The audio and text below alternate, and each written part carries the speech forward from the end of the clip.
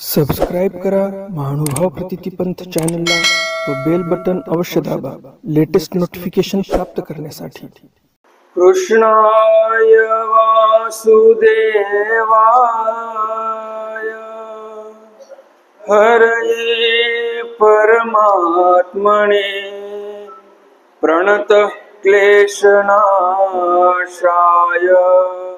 श्री गोविंदाय नमो नमः। श्री गोविंदाय नमो नमः। श्री गोपाल कृष्ण महाराज की जय। असे तुम्ही दोघं असे समोर या, एका मागे एक बसा, आलेले पुन्हा बसत राहतील। एका रांगेमध्ये या, अंतर जास्त सोडू नका मध्ये मध्ये। तुम्ही समोर या बाबा, या अलीकडे असं समोर बसा, यांच्या बरोबर या, आलेले मग मागे बसत राहतील। दंडवत हो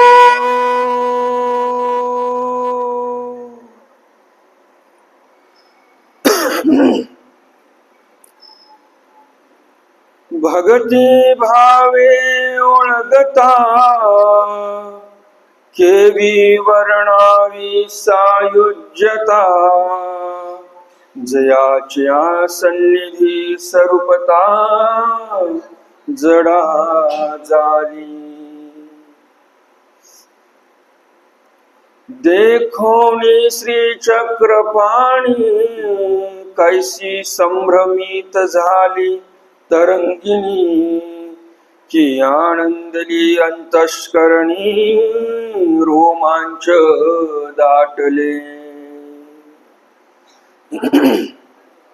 भक्ती भावे ओळखता केवी वर्णावी सायुज्यता। भक्ती भावपूर्वक ज्यावेळेस आपण भगवंताची ओळख सारतो, सेवेशी तत्पर असतो, त्यावेळेस ते भगवंत जे सायुज्यता देतात, त्यावेळेस त्या सायुज्यतेचं काय वर्णन करावं मी, ते वर्णन करण्या काही योग्य म्हणजे मी योग्य नाही वर्णन करण्यासाठी। आणि सायुज्यता ही मुक्ती ही सर्वश्रेष्ठ आहे, आणि त्या मुक्तीचं मी काय वर्णन करावं बरं। जयाच्या सन्निधी स्वरूपता जडा झाली। ज्या भगवंताच्या सन्निधानामुळे जड अशी जी नदी होती, त्या नदीमध्ये जे पाणी वाहत होतं तिला पण स्वरूपता आली। तर मग जे भक्तिभावे ओळख सारतात असे जे व्यक्ती आहेत, त्यांची सायुज्यता ती काय वर्णावी। देखोनी श्री चक्रपाणी कैसी संभ्रमित झाली तरंगिणी। श्री चक्रपाणी म्हणजेच श्रीकृष्ण भगवंतांना बघून कैसी संभ्रमित झाली तरंगिणी। जी तरंगिणी आहे ती संभ्रमित झालेली आहे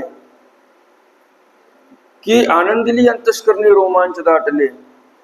यमुना जी आहे, तरंगिणी म्हणजे यमुना, यमुना ही संभ्रमित झालेली आहे श्रीकृष्ण भगवंतांना पाहून की आनंदली अंतःकरणी, किंवा मग असं म्हणतात तिला खूप आनंद झालेला आहे अंतःकरणामध्ये, रोमांच दाटले,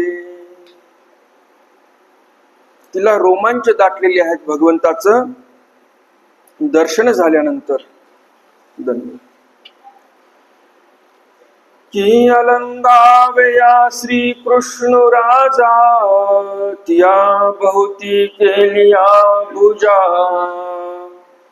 तैसे तरंग पडी आसले मज कालिंद्रियेचे।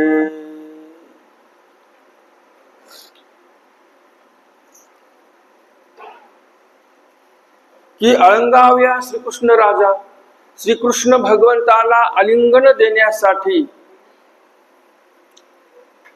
तिया बहुती केलिया भुजा,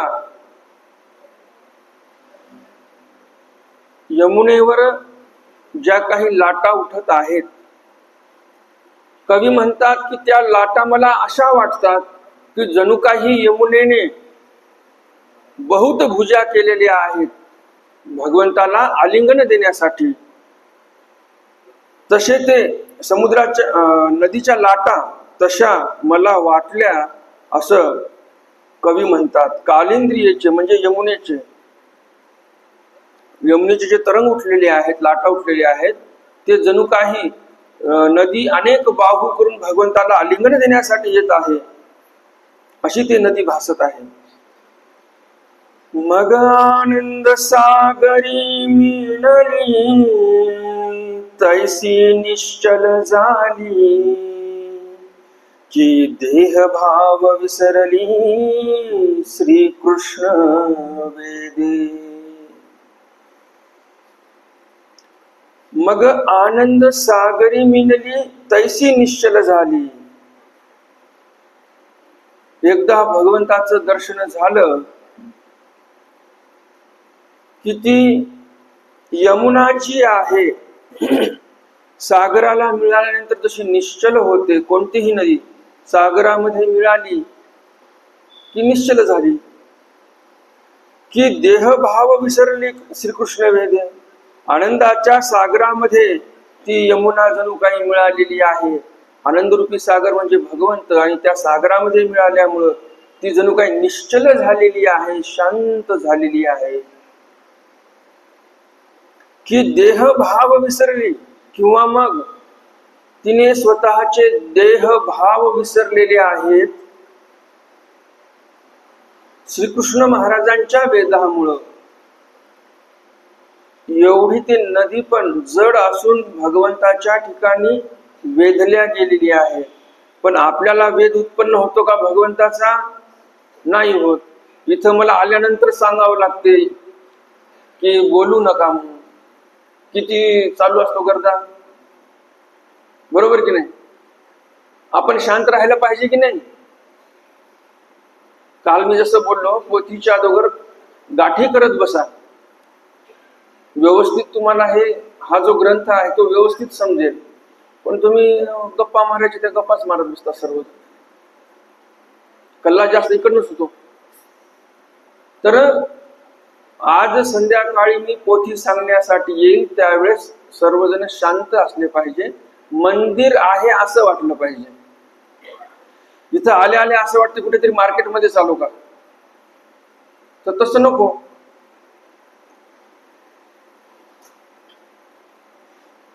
तर जड नदी आहे जिला चेतना नाही, ती पण शांत झाली. पण आपण चेतना असून जर शांत होत नसेल तर मग त्या चेतनत्वाचा काय फायदा? की जन्मली देवाचा चरणी, ते उतावळपणे असे म्हणी, म्हणून भेटो आली मंदाकिनी, कालिंदी नव्हे. की जन्मली देवाचा श्री चरणी, ते उतावलपणे असे म्हणी. भगवंताच्याच श्रीचरणाच्या ठिकाणी सर्वांचा जन्म झालेला आहे. कारण मागे पंडित बासांनी सांगितलेलं आहे की या जगाचा जन्म जे आहे ते भगवंताच्या चरणापासून झालेला आहे. जयापासून जगा जन्म म्हणजे भगवंतापासून जगाचा सर्व जन्म झालेला आहे. तसंच या कालिंदीचा म्हणजेच यमुनेचाही जन्म भगवंताच्याच मुळे झालेला आहे. तर देवाच्याच श्रीचरणाच्या ठिकाणून ही जन्मलेली आहे. ते उतावळपणे असे म्हणे, ते उतावीळपणा आहे आता पुन्हा भगवंताच्या भेटीचा. म्हणून भेटो आली मंदाकिनी, कालिंदी नव्हे. नंतर असं वाटतं की कालिंदी नाही, मंदाकिनी म्हणजेच गंगा जणू काही भगवंताच्या भेटीला आलेली आहे की काय, असं वाटत आहे.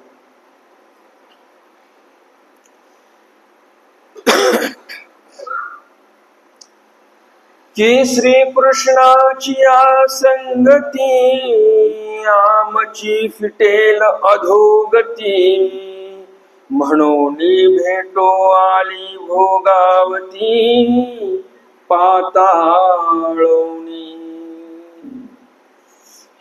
श्रीकृष्णाची या संगती आमची फिटेल अधोगती. श्रीकृष्ण भगवंताच्या संगतीने आमची अधोगती जी आहे ते फिटेल. अधोगती कशामुळे आहे? कारण नदी कुठे वाहते? पर्वतावर चढते का नदी? कुठे चढते? खाली वाहत राहते. पर्वतावर चढू शकत नाही ती, कारण पाणी आहे, ते पाणी उतारालाच वाहणार. म्हणून इथे म्हणतात की अधोगती. अध म्हणजे खाली. ज्या नदीची गती कशी आहे, प्रवाह कसा आहे? अध आहे म्हणजे खाली आहे. उताराने पाणी पळत राहते आणि शेवटी जाऊन समुद्राला मिळते. तर कवी श्रीकृष्णाच्या संगती आमची फिटेल अधोगती, ती नदी बोलत आहे. काय म्हणते की श्रीकृष्ण भगवंताच्या संगतीने आमच्या ठिकाणी असलेली जी अधोगती आहे, आमचं जे खालच्या भागालाच धावणं आहे, उताराला, ती अधोगती जी आहे ती फिटेल. म्हणून भेटो आली भोगावती. आणि म्हणून जणू काही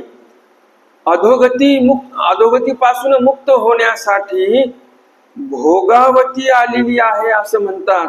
कुठून आली भोगावती? पाताळून. भोगावती ही नदी पाताळातील आहे. तर ती भोगावती नदी पाताळातून वर आलेली आहे. तिलाही वाटत आहे की माझी आता अधोगती जी आहे ते फिटणार आहे. आधीची पढिजे पुराणी, वरीस परिसू झाला देवाचा श्रीचरणी.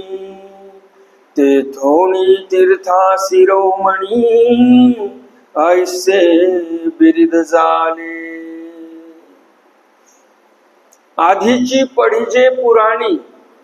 पहिलंच तर पुराणांमध्ये काय आहे ही यमुना नदी?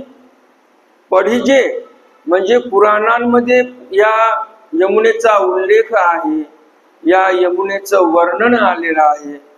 आणि वर काय झालेला आहे? भगवंताचा स्पर्श झालेला आहे. भगवंताच्या श्रीचरणाचा स्पर्श त्या यमुनेला झालेला आहे.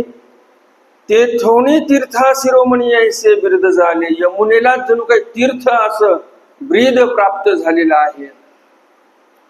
यमुना नदी म्हणजे नुसती नदी आणि पाणी लोकांना पोहोचवणार एक साधन आहे असं नाही, तर त्या यमुनेला तीर्थ, नुसतं तीर्थ नाही, तीर्था शिरोमणी, सर्व तीर्थांचे शिरोमणी अशी उपाधी, असं ब्रीद त्या यमुनेला लागलेला आहे. श्रीकृष्ण भगवंताच्या त्या पदस्पर्शामुळे, त्या श्रीचरणाच्या स्पर्शामुळे. सोमकांती बांधले घाट, जेथ हिरे लग वाळुवंट. मुक्ती गर्भ सुक्ती संपुट दिसताती. सोमकांती बांधले घाट, जेथ हिरे लग वाळुवंट. त्या नदीच्या तीरावर घाट बांधलेले आहेत. आणि ते घाट कसे आहेत? सोमकांताने बांधलेले आहेत. सोमकांत जो पाषाण आहे, त्या पाषाणाने ते बांधलेले घाट आहेत. जे हिरे लग वाळुवंट. वाळुवंट कसे आहेत? हिरे लग. ज्याप्रमाणे आपण नदीच्या तीरावर जर गेलो तर नदीमध्ये जे काही गारगोट्या असतात बारीक झालेल्या, उन्हामध्ये त्या गारगोट्या चमकतात, काही असतात चमकणाऱ्या. आणि ते जी चमक आहे, ती चमक या यमुनेची कशी आहे? जेथ हिरे लग वाळुवंट. त्या यमुनेचे वाळवंट म्हणजे असं दिसतात की जणू काही हिरे अंथरलेले आहेत तिथे. मुक्ती गर्भ सुक्ती संपुट दिसताती. अजून काय दिसतात? जणू काही मोती आथरलेले आहेत तिथे, एवढं चमकदार वाळवंट दिसत आहे. सुक्ती संपुट म्हणजे शिंपल्या ज्या असतात नदीमध्ये, त्या शिंपल्या पण दिसत आहेत तिथे, त्या पण चमकत आहेत. दिसताती अशा प्रकारे भगवंताला ते वाळवंट दिसत आहे. सर्व गोपाळ त्या नदीच्या तीरावर आलेले आहेत आणि त्या नयनरम्य अशा नदीचा आनंद, त्या वातावरणाचा आनंद ते सर्वजण घेत आहेत. श्रीकृष्ण कांतीची फांक तसे कीळ, तैसे ठाई ठाई इंद्रनीळ. रत्नकुटाची केवाळू मोवाळ, उदका जवली. श्रीकृष्ण कांतीची फांक तसे कीळ. श्रीकृष्ण भगवंताच्या कांतीची म्हणजे त्वचेची कीळ फांकत आहे, म्हणजे किरण जे आहेत ते किरण फांकत आहेत. तैसे ठाई ठाई इंद्रनीळ, त्याप्रमाणे ठाई ठाई इंद्रनीळ हे दिसत आहेत. रत्नकुटाची केवाळू मोवाळ, उदका जवळी. रत्नकुटाची केवाळू मोवाळ, तिथे जी वाळू आहे ती वाळू दगडापासून, दगडाचं घर्षण होऊन झालेली वाळू जी असते तशी दिसत नाही. ती वाळू कशी दिसते? रत्नकुटाची केवाळू मोवाळ, जणू काही रत्नच कुटलेले आहेत आणि ते तिथे अंथरलेले आहेत आणि ते चमकदार दिसत आहेत. उदका जवळी, त्या यमुनेच्या उदकाजवळी असा हा मोवाळ वाळूचा वाळवंट दिसत आहे. आता रत्नाचा कूट केला म्हणजे ते चरचर असेल, रुतत असेल तसं नाही म्हणतात. केवाळू मोवाळ म्हणजे बारीक ती वाळू आहे आणि मोवाळ आहे, नरम आहे, मृदू आहे.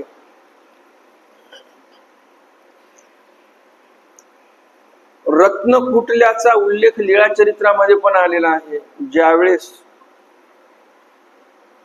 कान्हाने सांगितलं राजाला, तुला जर माझा मंत्रोपदेश घ्यायचा असेल तर तुझ्याकडे हिरे माणिक मोती जे आहेत ते जात्यामध्ये दळून पूर्ण बारीक भुगा कर, त्याचा वेगळ्या वेगळ्या रंगाचे जे रत्न आहेत ते वेगळे वेगळे जात्यामधून काढायचे आणि मग वेगळ्या वेगळ्या रंगाची रांगोळी तयार झाली रत्नापासून. आताची जी रांगोळी असते ते काय असते? गारगोटीची भाजून कुटून केलेली असते रांगोळी.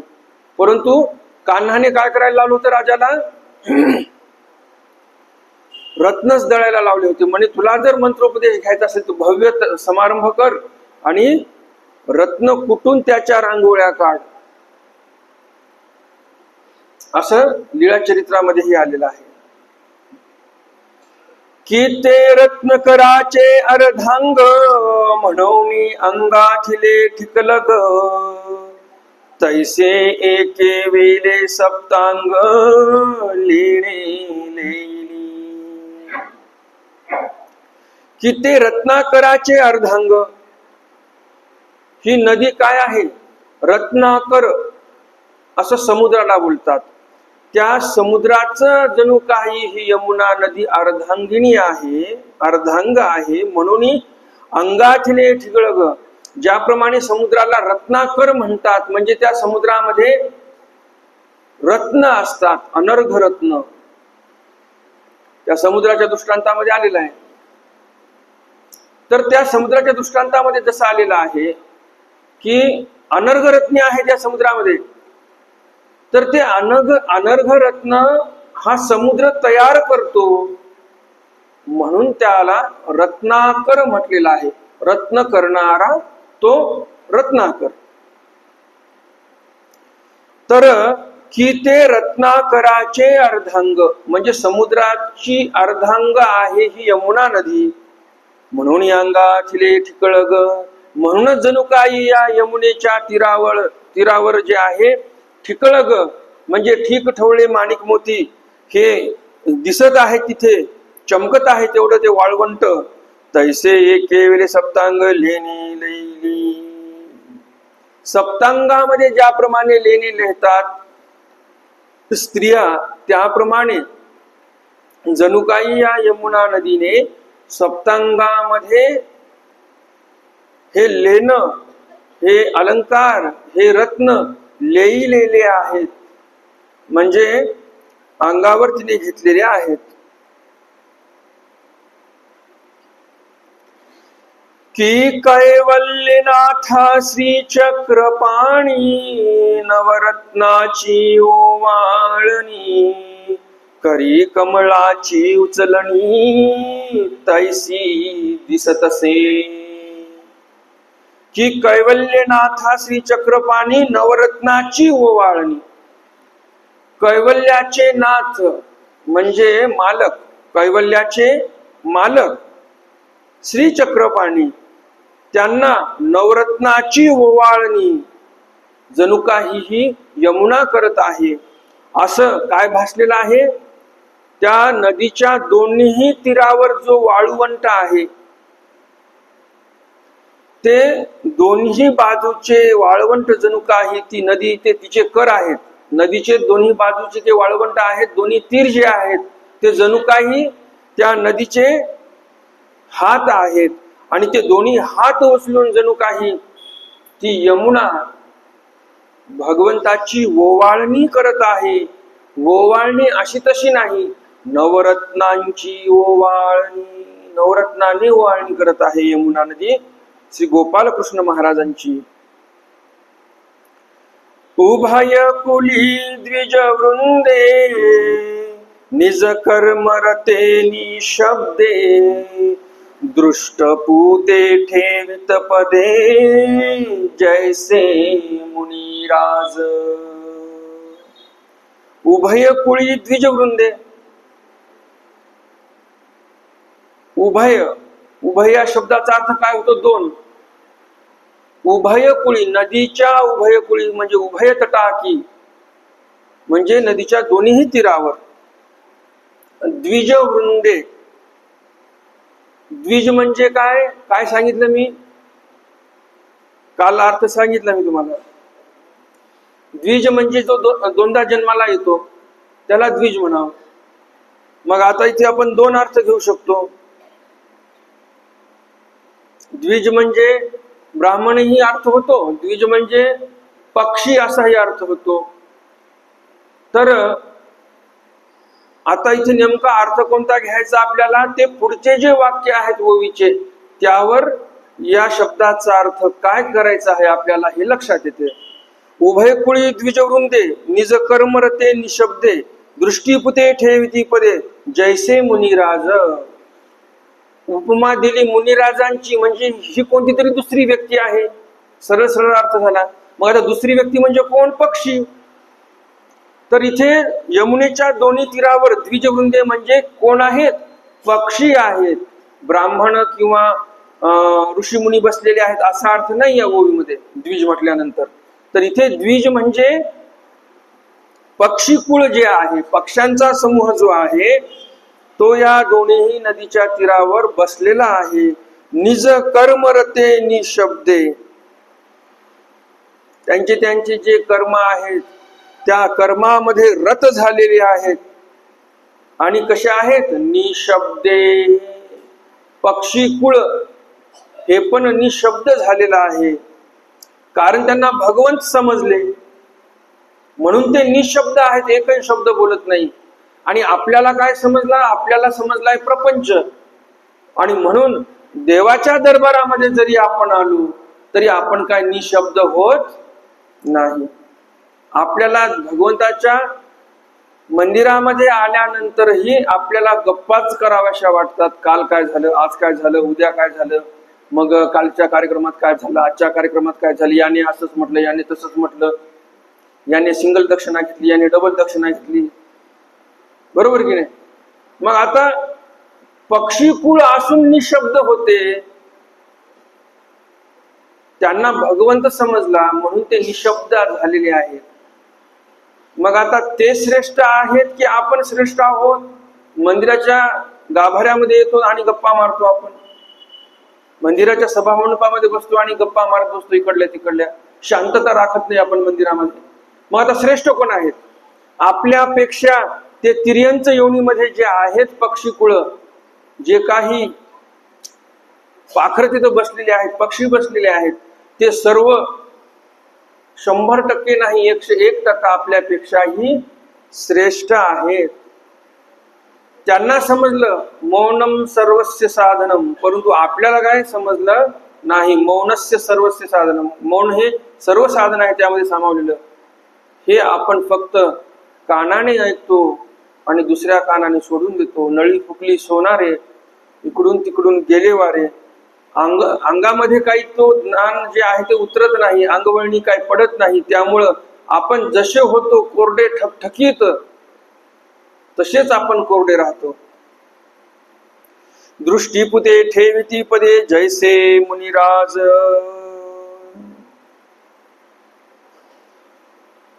तिथे उभे राहून निशब्द झालेले आहेत, किलबिलाट बंद झालेला आहे, एकदम शांत वातावरण आहे. नदीचाही खळखळाट बंद झालेला आहे. कशामुळे? नदी पहिलंच शांत झालेली आहे. आपण पाहिलं मागच्या ओव्यांमध्ये. तैसी निश्चल झाली, निश्चल नदी झालेली आहे, शांत वाहत आहे नदी. पाणी असून शांत झालेलं आहे,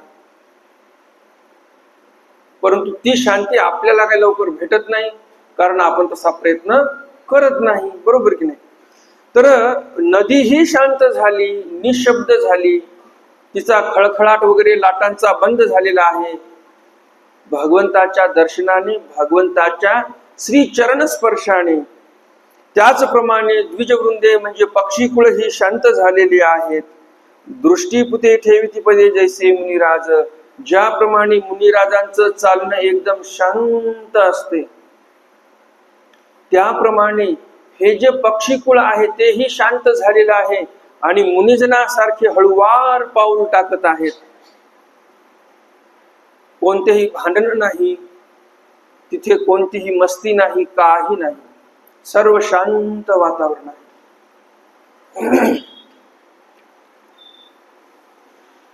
एकांगुष्ट तपिये बक, नासाग्री दृष्टी घालिता ती ढोक.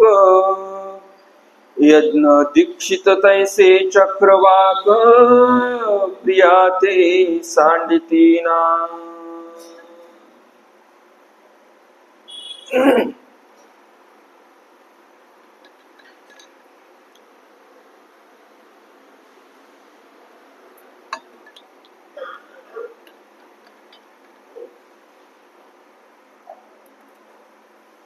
एकांगुष्ट तपिये बक. बगड्यांची तपश्चर्या कशी असते आपण सर्वांनी पाहिलेली आहे. ते नदीमध्ये बसतात, असा एक पाय वर उचलतात, एकच पाय खाली असतो पाण्यामध्ये, आणि लक्ष असते शिकारकडे. कधी कोणती मासळी जवळ येईल, कधी कोणतं भक्ष्य जवळ येईल, त्याकडे लक्ष. आणि जसं ते भक्ष्य जवळ आलं, त्या बगळ्याला जे काही खायचं आहे, जे काही किडा कुटुक असेल, मासळी असेल, ते असं जवळ आलं, पापणी लावण्याच्या अगोदर पटकन ते उचलते त्याला.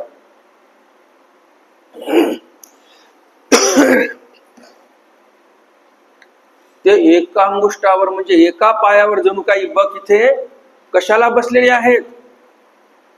तपिये बक म्हणजे बगळे पण भगवंताच्या प्राप्तीसाठी जणू काही एका पायावर तपश्चर्या करायला थांबलेले आहेत. नासाग्री दृष्टी घालिती ढोक. ढोक नावाचा पक्षी असतो बघा. तर त्या ढोकाने काय केलेलं आहे? नासाग्री दृष्टी. नासा म्हणजे नाक.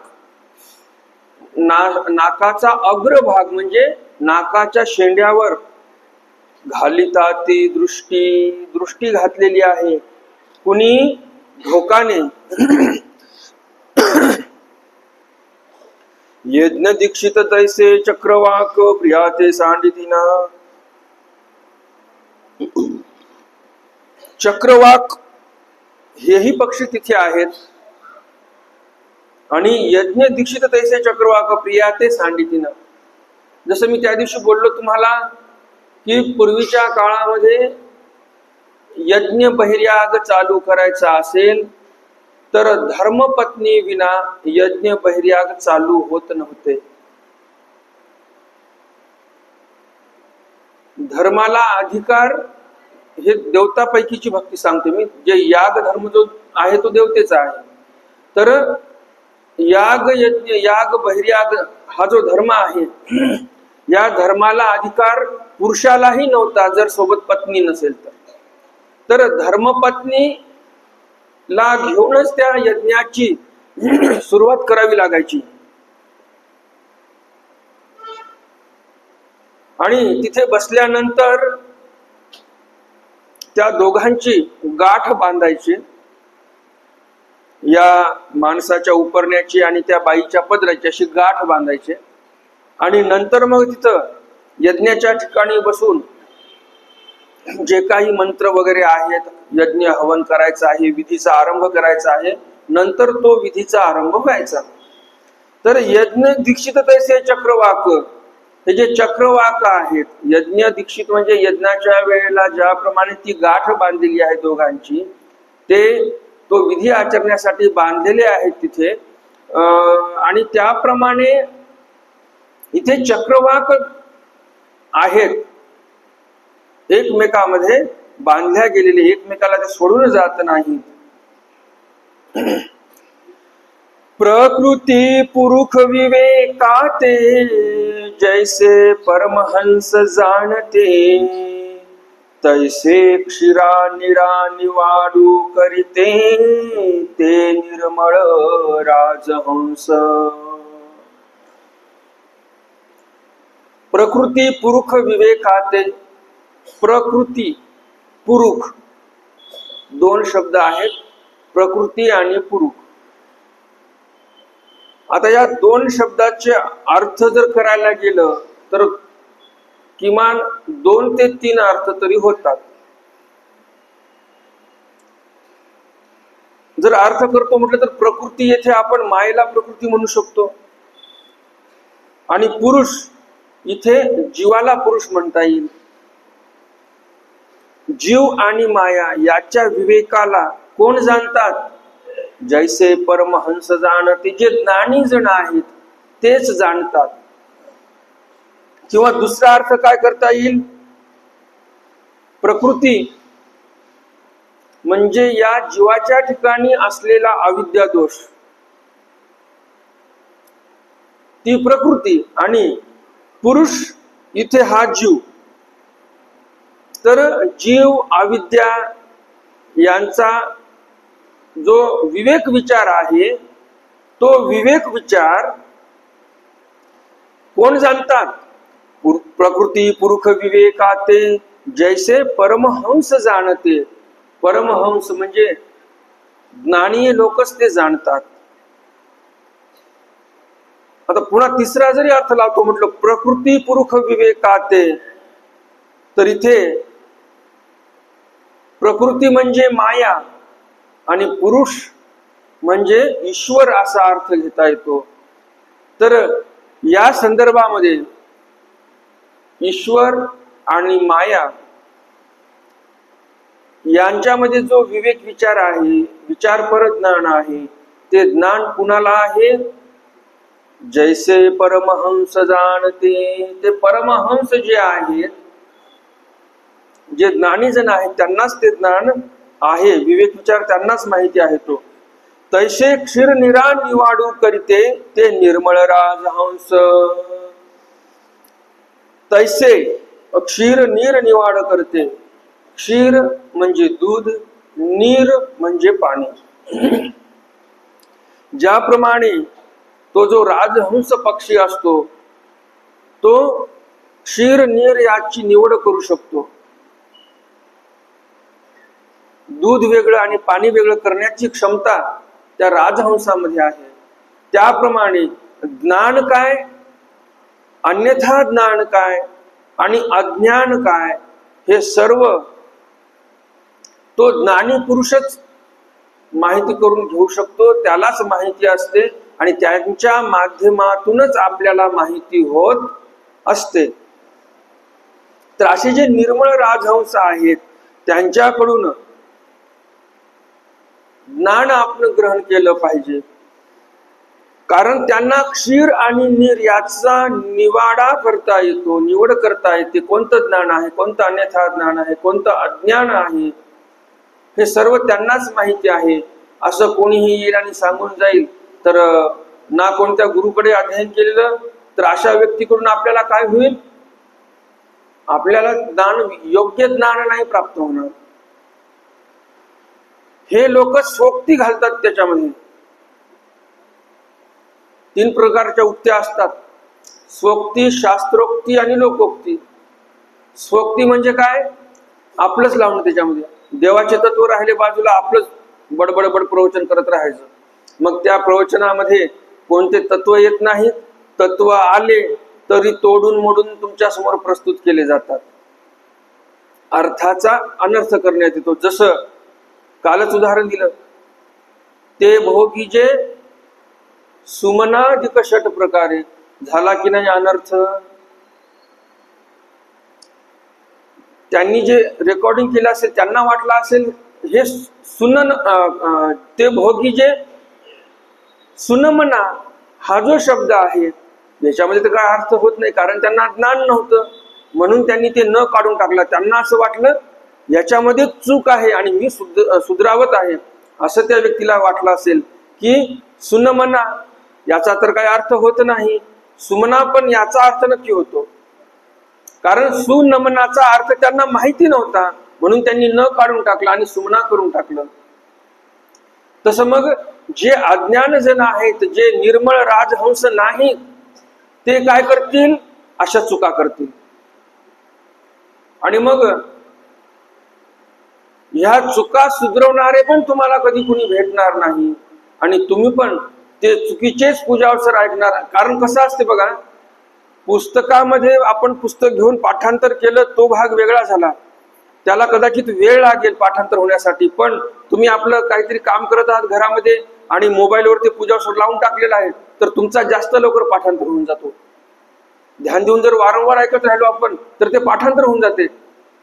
मग आता तुम्ही सांगा, जर असं चुकीचं आपण ऐकत राहिलो तर आपण पाठांतर पण काय करणार, चुकीचंच पाठांतर करणार.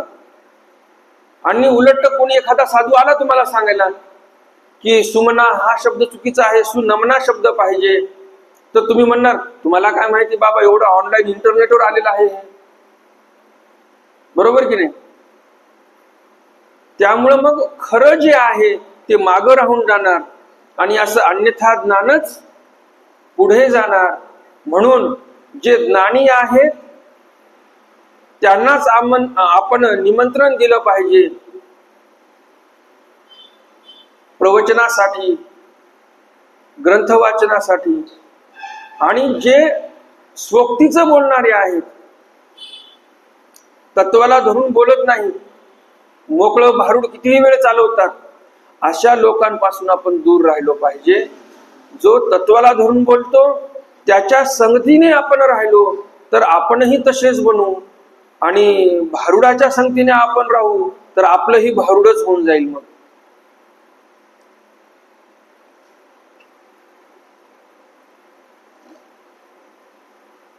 तर असं जैसे परमहंस जाणते, जाणते कोण आहेत, जे भगवंताचे ज्ञानीय आहेत, भगवंताचे जे खरे अनुसरलेले ज्ञानीय आहेत, हेच परमहंस आहेत. आणि ते परमहंस जे आहेत तेच खरे जाणते आहेत, दुसरे जाणते नाहीत. कोण्या गुरुमुखातून ज्ञान घेतलं नाही, काही नाही, कोण्या आश्रमात राहिले नाही, कोण्या अधिकरणाचं सन्निधान केलं नाही, त्यांच्याकडून ब्रह्मविद्येचं अध्ययन केलं नाही, तर मग ते परमहंस होतील का? नाही होणार परमहंस.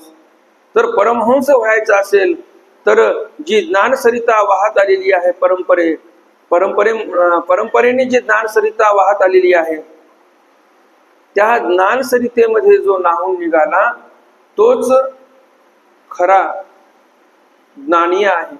नाहीतर स्वक्ती करणारेच लोक भरपूर आहेत.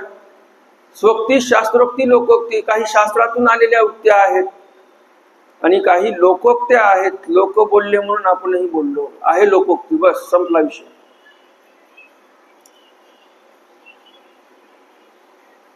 तैसे क्षीरनिरा निवाडू करीते ते निर्मळ राजहंस. ज्ञान काय, अन्यथा ज्ञान काय, अज्ञान काय, याचा निवाडा करून तुम्हाला सांगणारे जे आहेत तेच निर्मळ राजहंस आहेत. बाकीचे मग काय आहेत, फक्त नावाचेच राजहंस आहेत. जयाचे निजडे वेधती लता तरु रोमांच दाटती पशुचरो विसरती ध्वनी ऐकोनिया. जयाचे निजडे वेधती लता तरु रोमांच दाटती पशुचरो विसरती ध्वनी ऐकोनिया.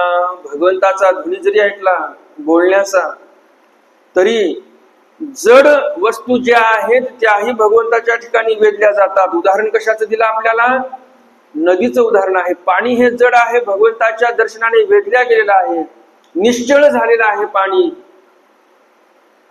आणि सारूप्य पावलेलं आहे पाणी. पण भगवंताचं रूप जसं सावळं आहे, निळं आहे, त्याप्रमाणे इंद्रनिळासारखं त्या नदीचंही स्वरूप झालेलं आहे. म्हणून म्हणतात कवी, जयाचेनी जडे वेधती, जड वस्तू पण वेधल्या जातात. लता तरु रोमांच दाटती, लता म्हणजे वेली, तरु म्हणजे झाड. हे लता तरुंच्या ठिकाणी पण रोमांच दाटतात भगवंताचं बोलणं ऐकून, दर्शन होऊन. पशुचरो विसरती, पशु जे आहेत ते पण चारा खाण्याचं सोडून देतात, चरणं विसरून जातात. ध्वनी ऐकून या, भगवंताचा ध्वनी ऐकून. जयाचे दृष्टी पाते पाखरुवे झाली आनंद भरिते हे काही वाणावे श्रीकृष्णा ते जयाचा निमीची वेदू. जयाचा नामीची वेदू. अहो ज्यांचा नामीची वेद आहे, नाम उच्चारलं तरी वेद लागतो, त्यांच्या तर दृष्टीपाते पाखरुवे झाली आनंद भरिते. ज्यांच्या नामाने वेद होतो त्यांच्या दृष्टीने तर साहजिकच आहे, आनंद होणारच. म्हणून पंडितवास म्हणतात, ज्यांच्या दृष्टीपाते म्हणजे दृष्टिक्षेपाने पाखरुवे झाली आनंद भरिते, पाखरांना पण आनंद झालेला आहे. फक्त आनंद झाला असं नाही, आनंदाने ओतप्रोत भरलेले आहेत ते पाखर. हे काही वाणावे श्रीकृष्णा ते, अशा त्या श्रीकृष्णाला आम्ही काय वाणावं बरं, आम्ही काय वर्णन करावं त्या श्रीकृष्णाचं. जयाचा नामीची वेद, ज्यांचा नामानेच वेद होतो अशा त्या श्रीकृष्ण भगवंताचं वर्णन आम्ही काय करावं. मेघी झांकोळले आरवीचा प्रकाशो न धरे पद्मिनीचा विकासो तैसा गोप वेखे गुपित परेशु परवेध संचरताती. मेघी झांकळलेल्या रवीचा प्रकाश, मेघांनी झांकोळलेला आहे काय, रवीचा प्रकाश. जसं आता आपण बघू शकतो, दिवस तर निघालेला आहे, सूर्याचे किरण पडलेले आहेत का इथे नाही. आपण जर पाहिलं बाहेर रस्त्यावर तर पूर्ण सावलीच आहे. कशामुळे, सूर्यासमोर ढग आलेली आहे, त्यामुळं सर्वीकडे काय आहे, सावली आहे, शिरवाळ आहे. तर हे कशामुळे झालं, ढगांमुळे झालं. तर कवी आपल्याला तेच सांगतात, मेघांमुळे ज्यावेळेस सूर्याला झाकल्या जाते त्यावेळेस रवीचा प्रकाश इथपर्यंत येत नाही, सूर्याचे किरण इथपर्यंत येत नाहीत. पण सूर्याचे किरण इथपर्यंत पोहोचले नाही. म्हणून काय पद्मिनींचा विकास धरला जातो का? म्हणजे जे तलावामध्ये कमळ आहेत ते कमळ थांबतात का विकासण्यापासून? नाही. दिवस निघाला, सूर्याचे किरणे पडो अथवा न पडो, त्या कमळांचा विकास तर होणारच. कितीही आभाळ येऊ द्या, कितीही ढग येऊ द्या, कमळाचा विकास काय थांबणार नाही. न धरे पद्मिनीचा विकास, पद्मिनीचा विकास धरल्या जात नाही, कमळ हे उमलणारच. तैसा गोप वेखे गुपित परेशु, त्याप्रमाणे गोप वेखे गुपित परेशु, ज्याप्रमाणे सूर्योदय झालेला आहे, ढगाने त्याला झाकून टाकलेला आहे, तरी पण कमळ हे विकासलेले आहेत. कमळाच्या कळ्या ज्या होत्या त्या फुलामध्ये परिवर्तित झालेले आहेत, उमललेले आहेत कळ्या त्या. त्याप्रमाणे गोप वेखे गुपितू परेशु, ईश्वर इथे अवतरलेले आहेत. ईश्वराने गोकुळामध्ये, वृंदावनामध्ये परिभ्रमण चालू केलेले आहे, अवतार घेतलेला आहे. तर तिथे ज्याप्रमाणे सूर्यावर ढग आलेली आहेत, त्याप्रमाणे ईश्वर अवताराच्या वर काय आहे? गोपवेश आहे. या गोपवेशामध्ये गुपित रूपात भगवंत इथे आलेले आहेत, अवतरलेले आहेत. पर वेद संचरता ती, सूर्य ढगाच्या आड जरी झाला तरी कमळ विकासतात. त्याप्रमाणे भगवंत इथे अवतरले आणि भगवंताने स्वतःला झाकून टाकलं गोपवेशामुळे. बरं का, गोपवेशामध्ये स्वतःला लपून ठेवलेलं आहे भगवंताने. तरी पण वेद संचरता ती, ज्याप्रमाणे कमलिनीचा विकास झाला त्याप्रमाणे प्रत्येक जीव जातीला, जीव जात तर आहेच, पण जड जात जी आहे, पाणी नदी, यांनाही वेद संचार करत आहेत भगवंत. म्हणजेच इथं काय सांगायचं आहे कवींना, की भगवंताचे जे गुण आहेत ते कधीही झाकल्या जात नाहीत. भगवंताने गोपवेशामध्ये अवतार घेऊ द्या, की एखाद्या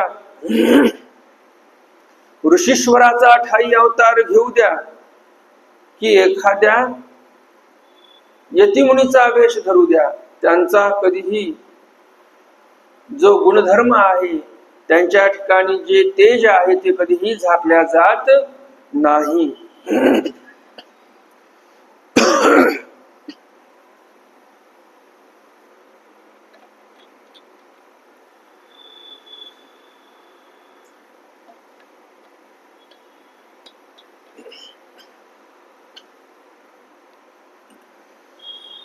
हातीरुवे सिंहेसी खेळत, मृग व्याघ्रासी कुरुवाळा करीत, मोराचा पाखवा विसंवत फणिक देखा.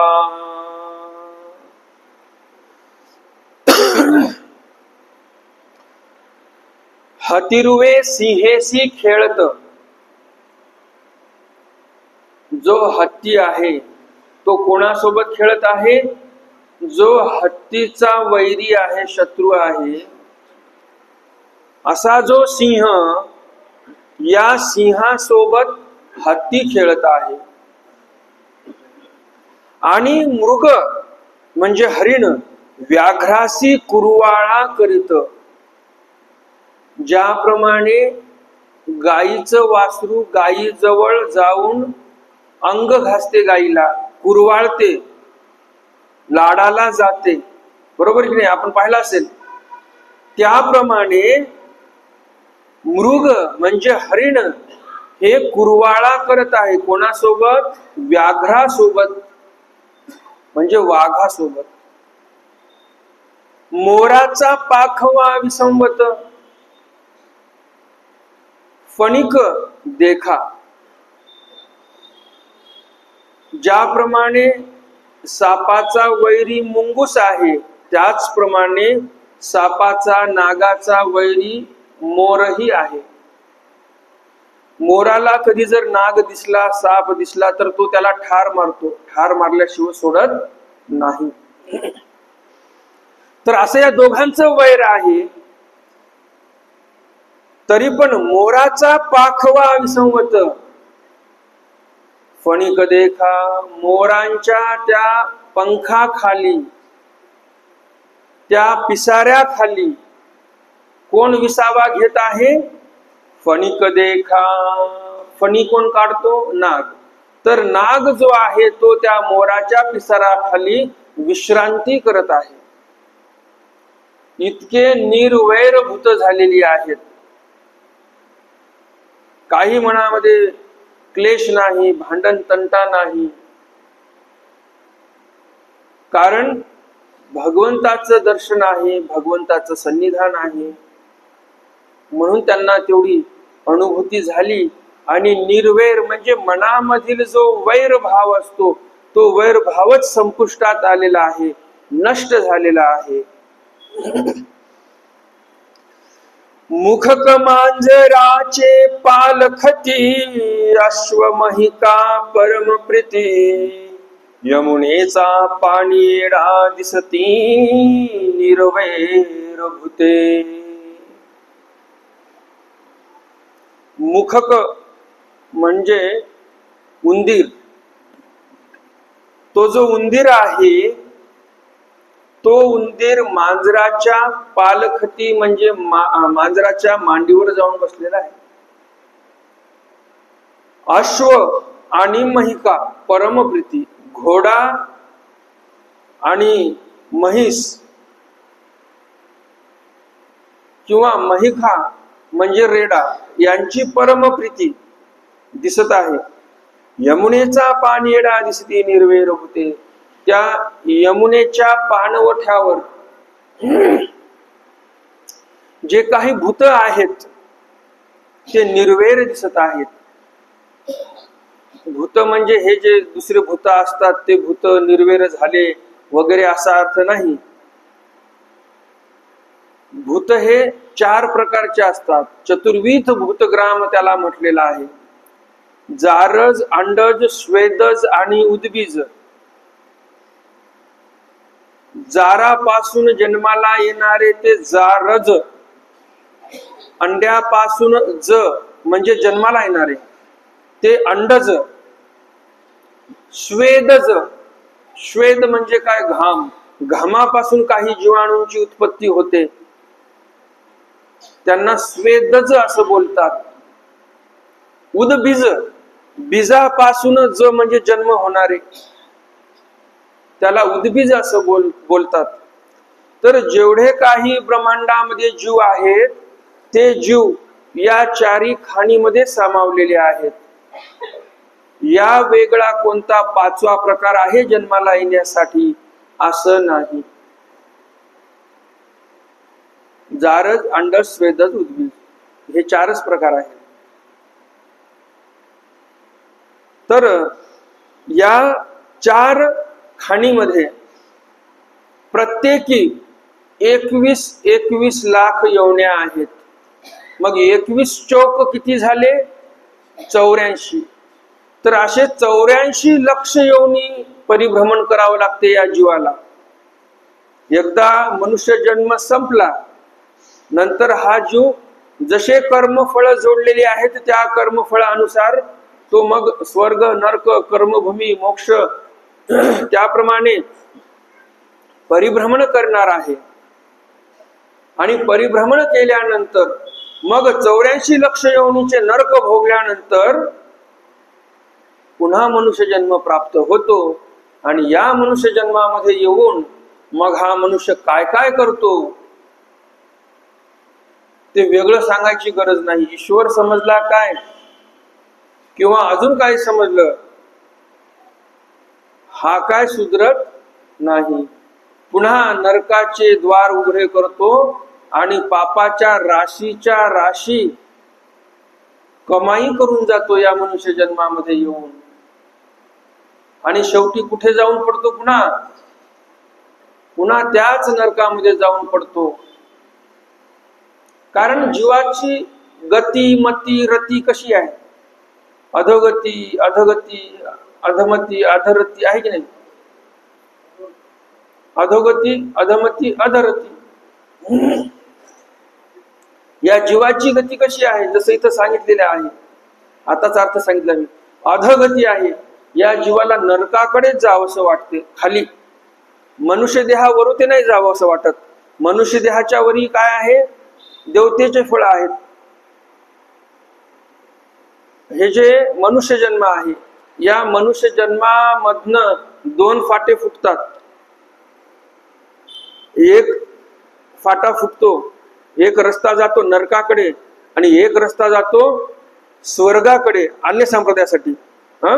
जे ईश्वर धर्मामध्ये आहेत त्यांच्यासाठी काय? एक रस्ता जातो नित्य नरकाकडे आणि एक रस्ता जातो नित्य मुक्तीकडे.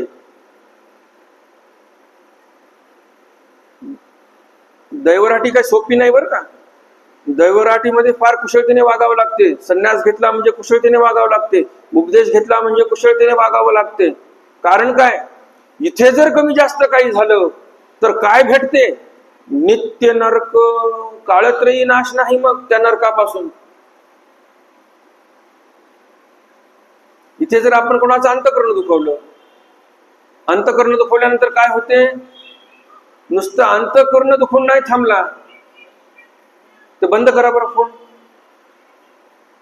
बंद करून टाका फोन.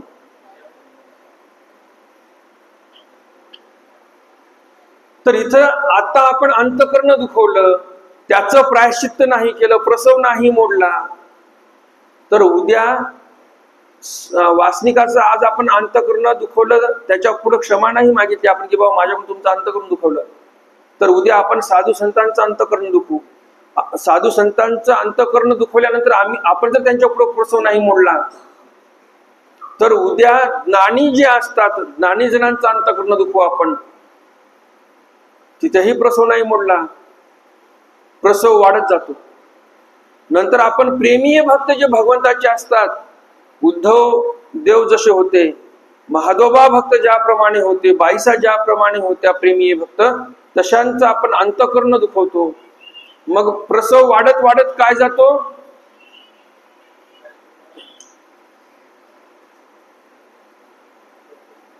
बंद करा ते मोबाईल. तर प्रसव वाढत वाढत मग नुसता याच्यावरच थांबतो का? अंतःकरण दुखवण्यावर? तर उद्या आपण हा प्रसव वाढल्यानंतर उद्या आपण साधू संतांवर हातही उचलणार. साधू संतांवर काय, मग ज्ञानियावर काय, मग प्रेमियावर काय, मग आणि ईश्वरावर काय. मग असं आपला प्रसव वाढत वाढत ईश्वरापर्यंत जातो आणि ईश्वराच्या ठिकाणी मग हनन घडलं की मग नित्य नरक, मग त्या नरकातून सुटकाच नाही. मग ते पुनरुपी जननम पुनरुपी मरणम बंद झालं, नित्य नरकातच मग आहे सृष्टीचा संहार होईपर्यंत. म्हणजे हा जीव किती मागे पडला, बॅकलॉग किती मोठा झाला. त्यामुळं भगवंतांनी आपल्याला मुभा दिलेली आहे, बरेच काही सूट दिलेली आहे ईश्वर प्राप्ती करून घेण्यासाठी. जेवढी मोकळीक असते त्याच्यामध्ये पण दोष घडला तर मग तेवढीच शिक्षा पण असते. म्हणून जर कोणाचं काही मन दुखलं, अंतःकरण दुखलं, तर त्यांचा प्रसव मोडला पाहिजे. आपण त्यांच्या पुढे जाऊन म्हटलं पाहिजे की बाबा माझ्याकडून चुकी झाली, प्रसव मोडा. कारण हा प्रसव पुढे चालत जाणार आहे कुठपर्यंत? ईश्वरापर्यंत जाणार आहे. मग आता एखादा अधर्मीच आहे, मग अधर्म्याच्या पुढे प्रसव मोडायचं काय आहे असं एखादा म्हणू शकतो आपण. परंतु अधर्मी जरी असला तरी त्याच्या ठिकाणी सर्व दोषच आहेत असंही नाही. सर्व गुण संपन्न एक परमेश्वर आहेत आणि सर्व दोष संपन्न हा जीव आहे. परंतु कुठेतरी 1%, 0.1% कुठेतरी थोडासा गुण असतो जीवाच्या ठिकाणी. तर त्या गुणाकडे पाहिलं पाहिजे आपण. कारण आपल्या ब्रह्मविद्या शास्त्रामध्ये सांगितलेलं आहे, गुण तो वात भैरी शोधावा. एखाद्या जीवाच्या ठिकाणी दोष आहेत,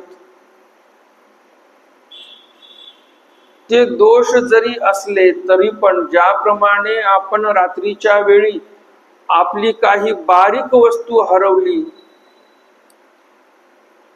ज्याप्रमाणे पूर्वीच्या काळामध्ये लाईट नसायची आणि समजा एखाद्याचा गरीबाचा झोपडा आहे आणि त्याच्याकडे काहीतरी बारीक वस्तू होती आणि ती बारीक वस्तू नेमकी हरपलेली आहे, तर तो व्यक्ती काय करणार, लगेच दिवा लावणार आणि बारकाईने शोधणार तेव्हाच तेव्हा. आणि त्याने जर वेळ केला तर म्हटला उद्या सकाळी बघू, तर मग ती वस्तू सापडेल का, नाही सापडणार.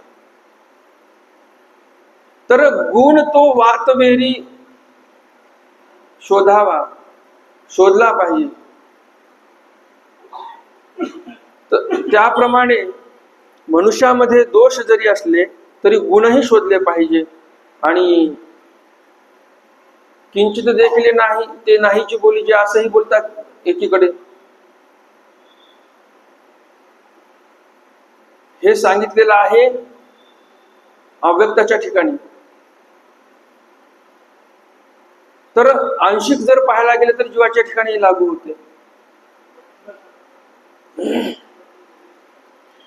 किंचित देखील ते नाहीची बोली जे अव्यक्त म्हणत परमेश्वर कसे आहेत, हे अव्यक्त म्हणत परमेश्वर कोणतेही काम करत नाहीत. अकर्ता बोललेला आहे भगवंताला, काहीच व्यापार करत नाही.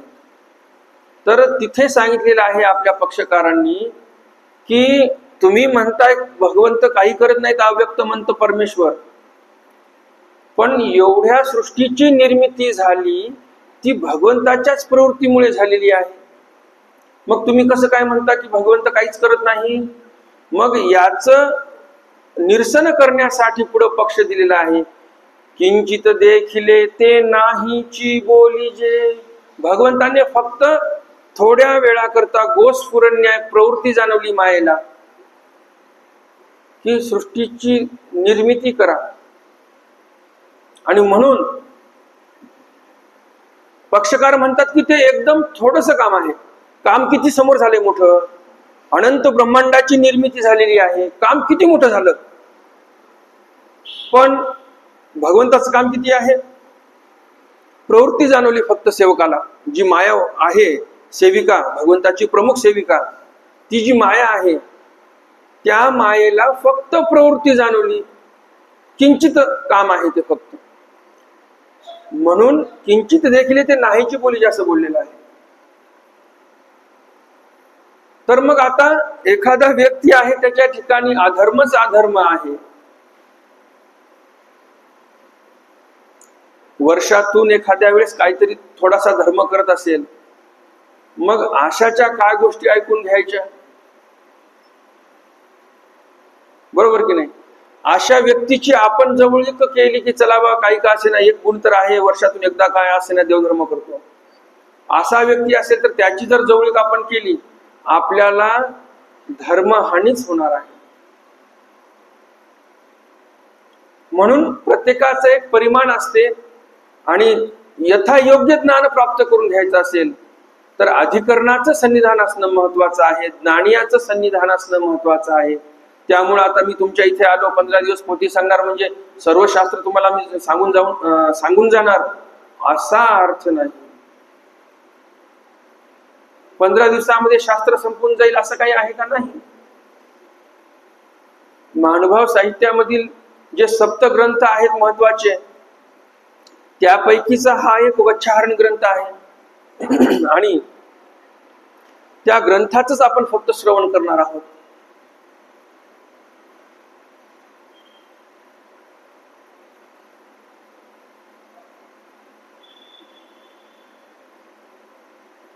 यमुनेचा पाणीडी दिसता ती निर्वेर होते, धन्य तेथची जलचरे जे अवलोकिली ईश्वरे, वरवते येऊनी आनंद भरे पलाती श्रीमूर्ती ते.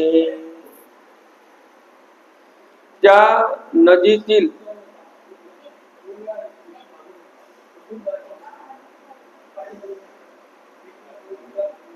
धन्य तेथीची जलचरे, त्या नदीतील जे जलचर आहेत ते धन्य आहेत. कशामुळे धन्य आहेत? कारण जिये अवलोकिली ईश्वरे. अहो, ज्या जलचरांचं अवलोकन ईश्वराने केलेलं आहे, भगवंताची कृपादृष्टी ज्या जलचरांवर पडलेली आहे, ते वरवते येऊनी आनंद भरे.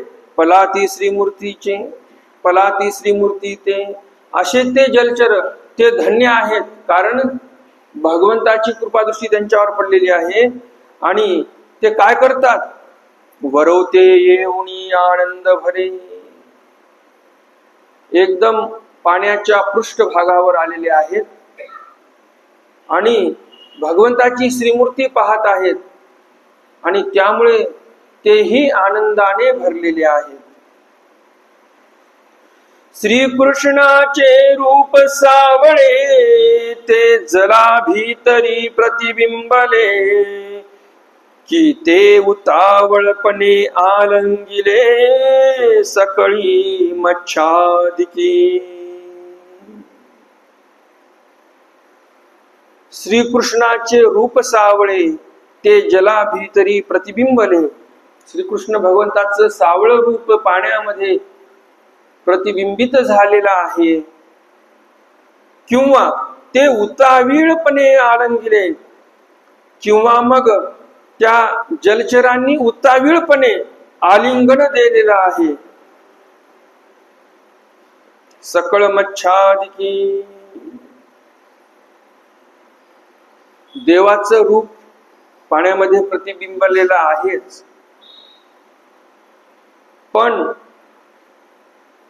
विषय काय आहे इथे, की त्या सावलीच्या मध्येच बरोबर ते जलचर आलेले आहेत. काही आता जलचर भरपूर आहेत त्या नदीमध्ये, पण काही जलचर जे आहेत त्या भगवंताच्या प्रतिबिंबाच्याच बरोबर त्या प्रतिबिंबामध्येच चालत आहेत, प्रतिबिंबाच्या सोबत सोबत आहेत, इकडे तिकडे जात नाही. तर कवी असं म्हणतात, जणू काही ते जलचरे त्या प्रतिबिंबाला आलिंगन देत आहेत.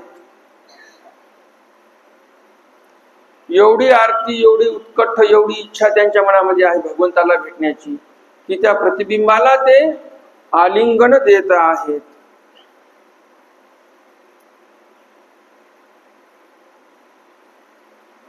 सकळ मच्छादिकी. मासळ्या ज्या असतात पाण्यातील ते आलिंगन देत आहेत.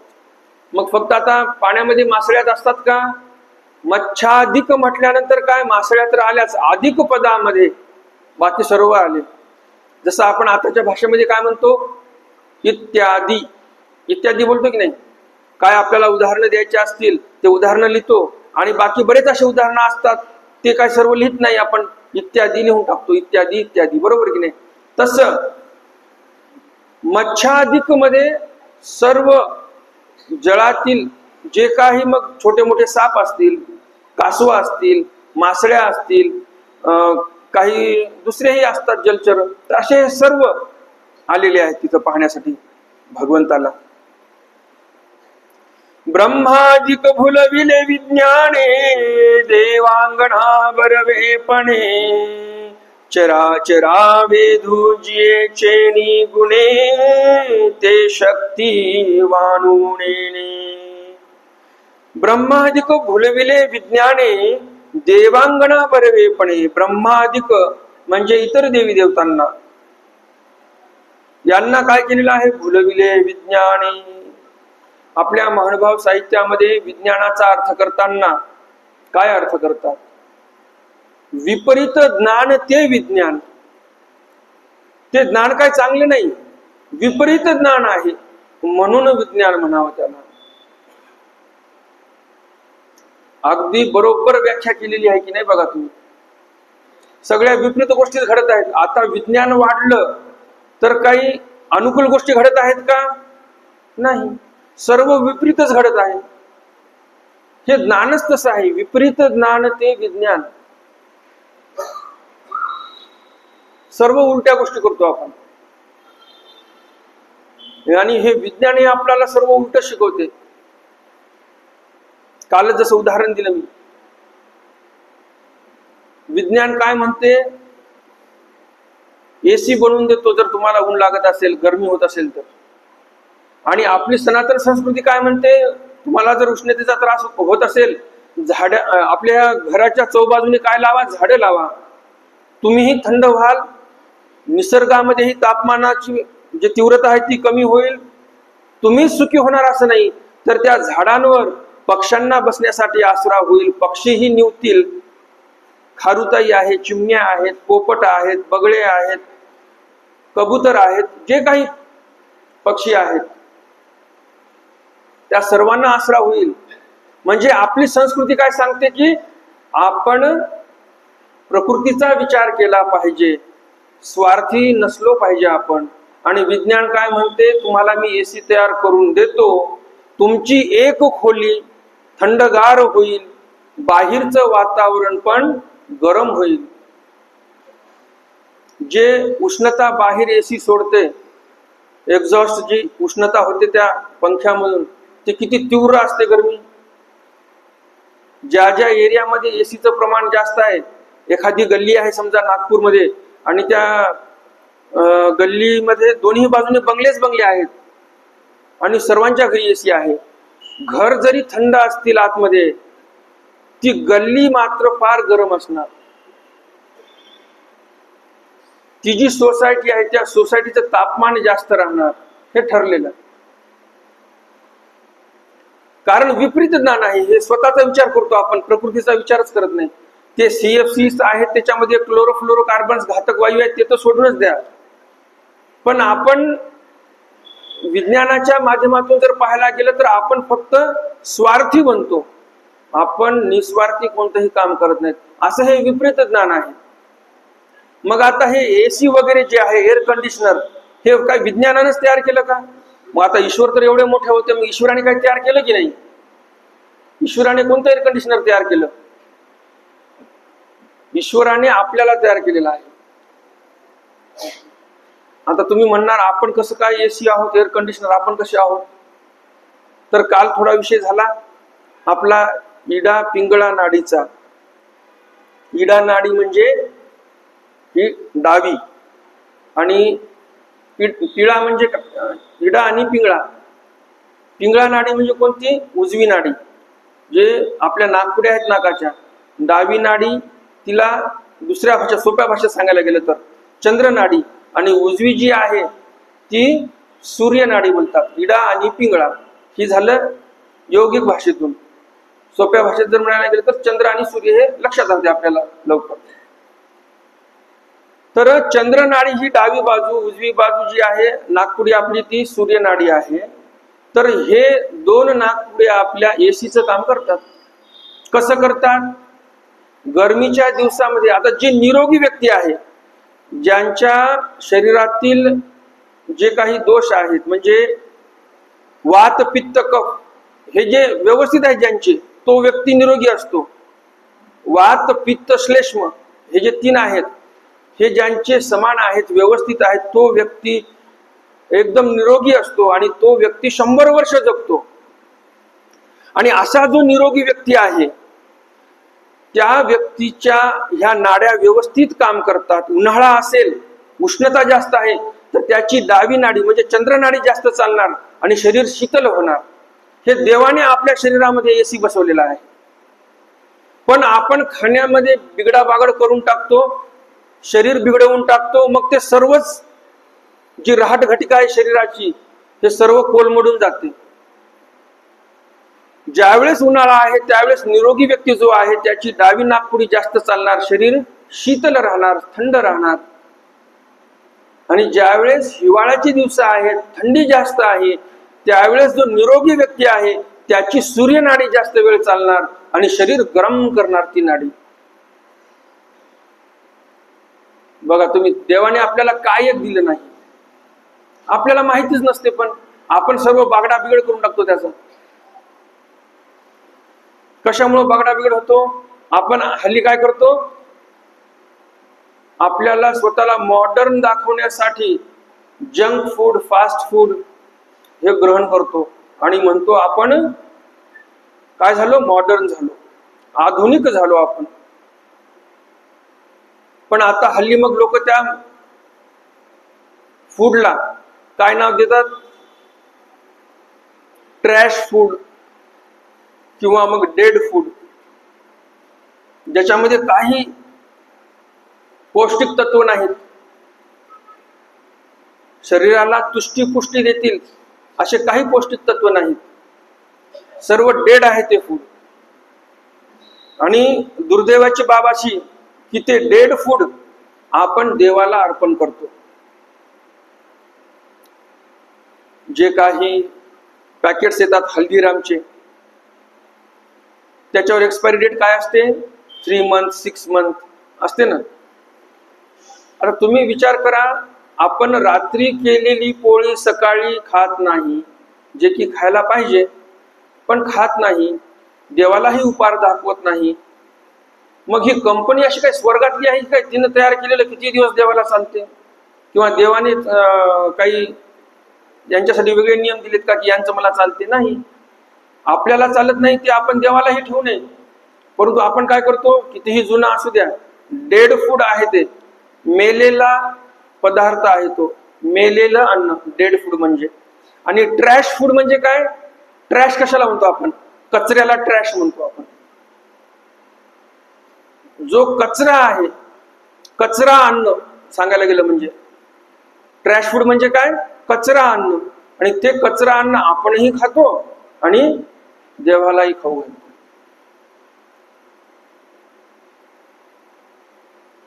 तर अशा गोष्टी आपण लक्षात ठेवून यापासून दूर राहिलं पाहिजे. आपलंही शरीर खराब होत आहे त्याने.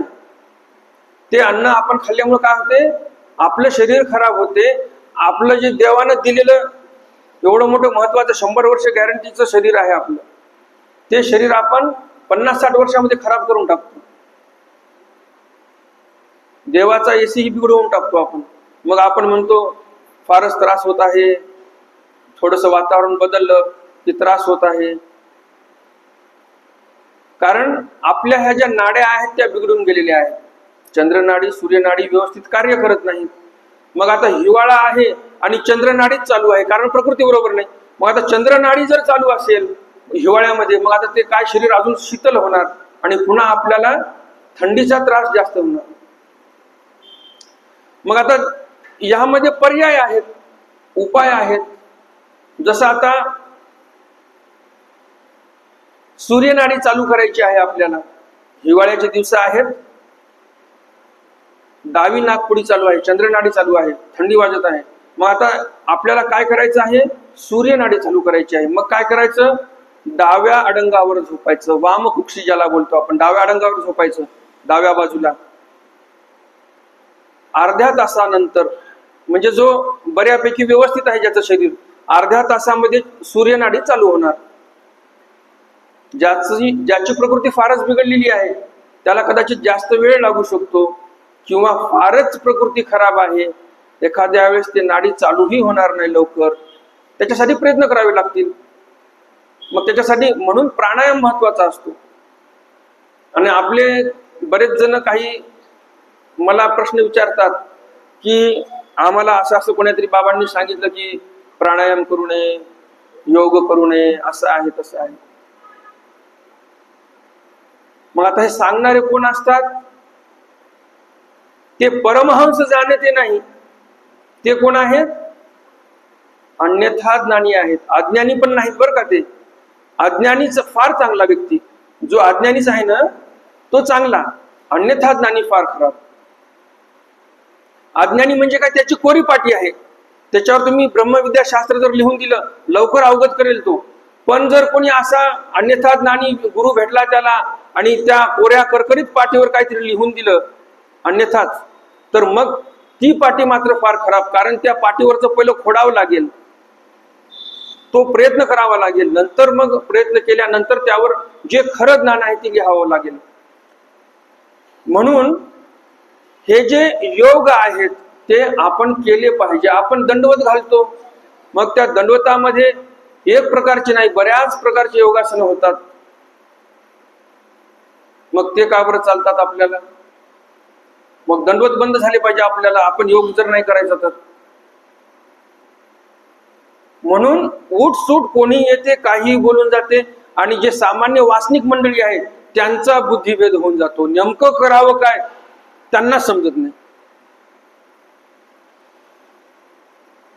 तर जसं मी सांगितलेलं आहे, डाव्या अडंगावर झोपाल तर सूर्यनाडी चालू होईल, शरीरामध्ये गरमी वाढेल, आणि ज्यावेळेस उन्हाळा चालू आहे त्यावेळेस आपल्याला चंद्रनाडीची आवश्यकता आहे शरीर शीतल करण्यासाठी. त्यावेळेस उजव्या अडंगावर झोपलं तर चंद्रनाडी चालू होणार अर्ध्या ते पावन तासामध्ये, किंवा जर प्रकृती फारच चांगली आहे तुमची तर आपोआप चालू होईल. प्रकृती थोडी खराब आहे तर अर्ध्या घंट्यात चालू होईल. प्रकृती फारच खराब आहे तर मग आता त्यांच्या प्रकृतीनुसार त्यांनी उपाय करावेत. त्यांचे उपाय मी सांगू शकत नाही. ज्याची प्रकृती त्याला माहिती, मी काय सांगू शकणार आहे. तर आपल्या शरीरामध्ये एवढं गुह्य ज्ञान आहे, कारण देवाने काय सांगितलं, जेची मान ब्रह्मांडी तेची पिंडी. अहो, जे ब्रह्मांडामध्ये आहे ते सर्व तुमच्या या पिंडामध्ये दिलेलं आहे देव म्हणतात. आणि एवढं सर्व दिल्यानंतरही आपण म्हणतो देवाने मला काहीच दिलं नाही.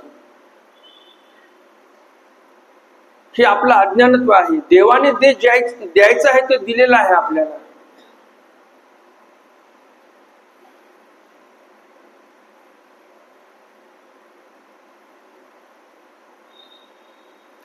ब्रह्मादिक भुलविले विज्ञानी देवांगणा बरवेपणे चराचर वेधू जियेचे गुणे ते शक्ती वाणू नेणे.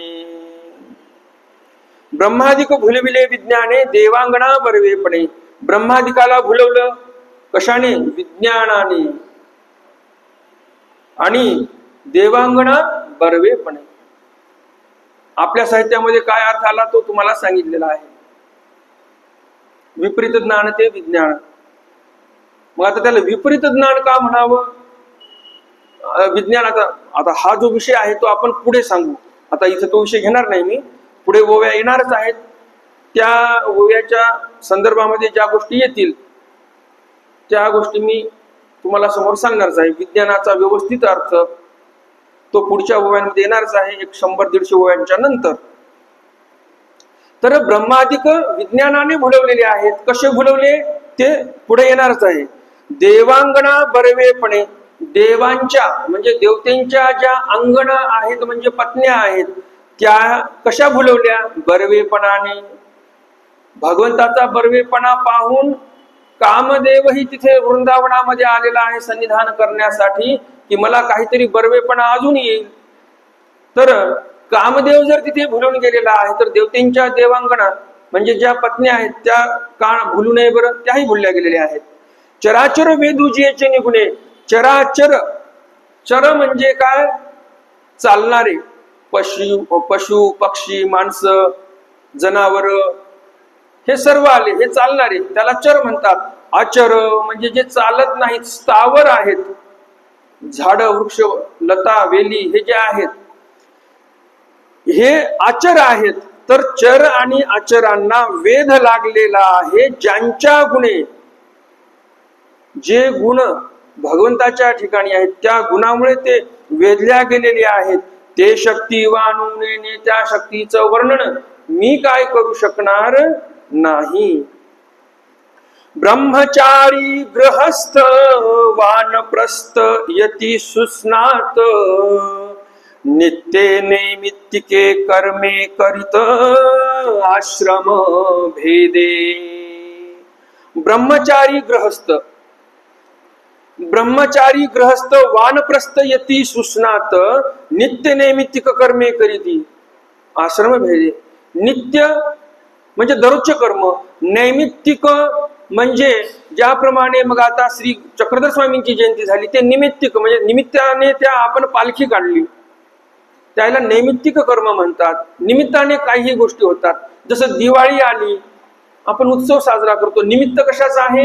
दिवाळीचा आहे. श्री गोविंद प्रभू जन्मोत्सव साजरा होणार आहे आता काही दिवसात. तर निमित्त कशाचा आहे उत्सव साजरा करण्यासाठी? श्री गोविंद प्रभू महाराजांच्या जन्मोत्सवाचं निमित्त आहे. तर ह्या गोष्टी नैमित्तिक असतात आणि काही नित्यक असतात, दररोजचे. आता दररोज जसं तुम्ही काय करता, इथे देवाचा अवसर करता, विडा अवसर, उटी उपहार आरती हे दररोजचं झाले. तर असे नित्य नैमित्तिक कर्म प्रत्येक जण करत आहे. ब्रह्मचारी लोक हे त्यांचं नित्य नैतिक जे म्हणजे दररोजचं नित्य नैमित्तिक म्हणजे नित्य कर्म जे आहेत ते ब्रह्मचारी लोक त्यांचं ते आचरण करत आहेत. आता ब्रह्मचारी लोकांचं नित्य कर्म काय आहे? सकाळी लवकर उठणे, योगासन करणे, प्राणायाम करणे, देवदेव पूजा करणे, शुद्ध आहार घेणे, कोणत्याही प्रकारचे घाणेरडे विचार मनात न आणणे, अश्लीलतेपासून दूर राहणे आणि वयाच्या 25 पर्यंत या आश्रम धर्माचं पालन करणे हे ब्रह्मचार्याचं काम आहे. मग आता ब्रह्मचारी हा एक आश्रम झाला. दुसरा आश्रम आहे गृहस्थ. ग्रह किंवा गृहस्थ असं बोलतात. गृह म्हणजे घर, गृहाच्या ठिकाणी स्थ म्हणजे जो स्थायिक झालेला आहे, म्हणजे ज्याने त्याचा संसार मांडलेला आहे, जो सेटल झालेला आहे, थोडक्यात सांगायचं म्हणजे जो स्थायिक झालेला आहे. तर असा जो व्यक्ती आहे त्याने काय त्याचे कर्म करावे, त्याचे घर कसं धकवावं, संसार कसा चालवावा त्याचा त्याला ध्यास. तर त्याने त्याचे गृहस्थ धर्माचे संसार करण्याचे काम त्याने करावे, त्याचे तो कर्म करत आहे. वानप्रस्थ जे वानप्रस्थी लोक आहेत, वानप्रस्थ म्हणजे काय? वनाकडे प्रस्थान केलं त्याने, म्हणून तो वानप्रस्थी झाला. पूर्वीचे लोक काटेकोरपणे पालन करायचे.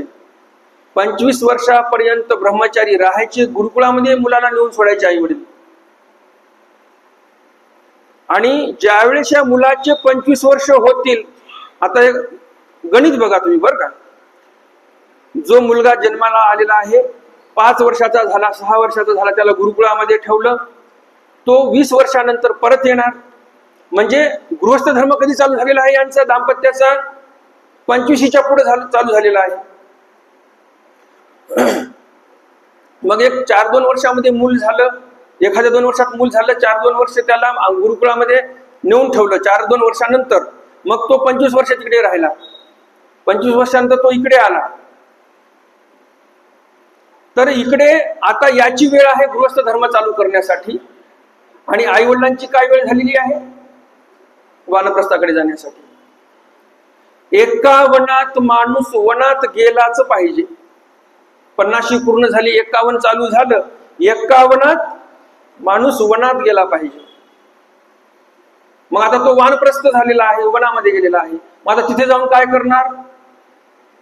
म्हणजे आयुष्याचे 50 वर्ष ज्याने संसारामध्ये घातले, तो काय लगेच ऋषी किंवा साधू होणार आहे का? नाही. तर तो तिथे अभ्यास करतो, गुरुच्या सन्निधानामध्ये राहून एखाद्याच्या आश्रमात राहतो.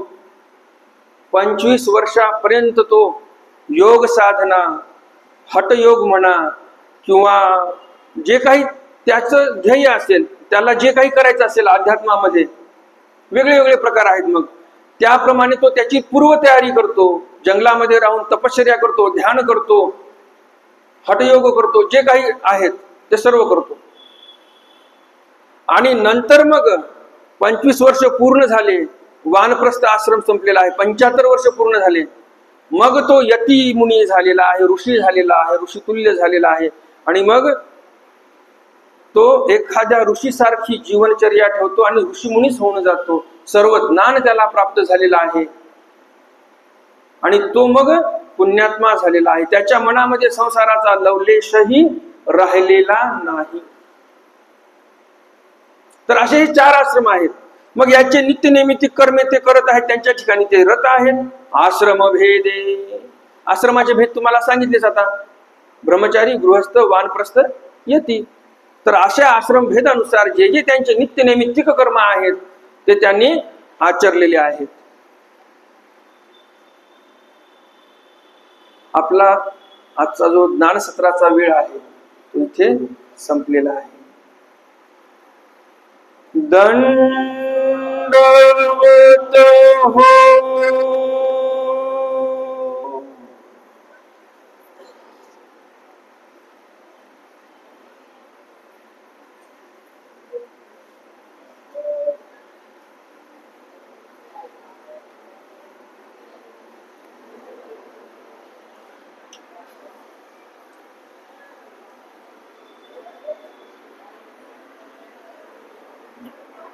एकदम